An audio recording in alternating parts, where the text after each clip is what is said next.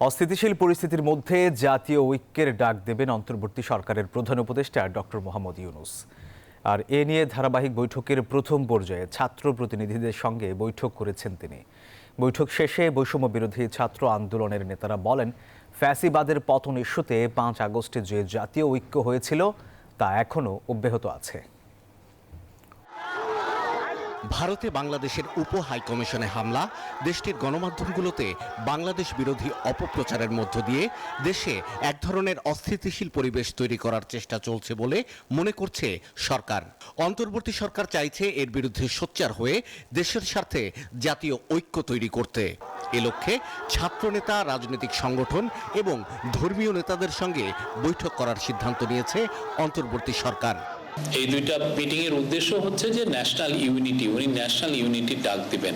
আমরা ভারতের সাথে সুসম্পর্ক চাই, ভারত আমাদের বৃহৎ একটা নেইবার অবশ্যই, বাট আমরা মনে করি এই সুসম্পর্ক হতে হবে ন্যায্যতা এবং সমতার ভিত্তিতে।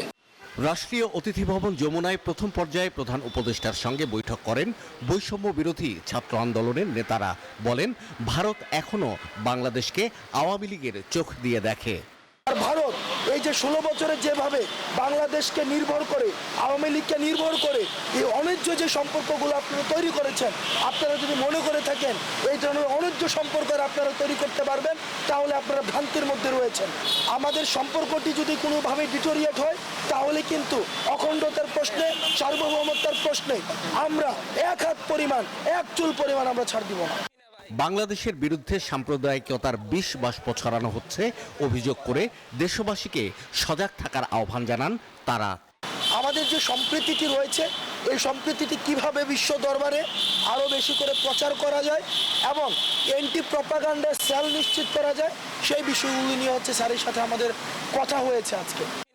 ভারতের সঙ্গে হওয়া সকল গোপন চুক্তি প্রকাশ করতে সরকারের প্রতি আহ্বান জানান ছাত্র আন্দোলনের নেতারা। শাহ আলী জয়, নিউজ 24, ঢাকা।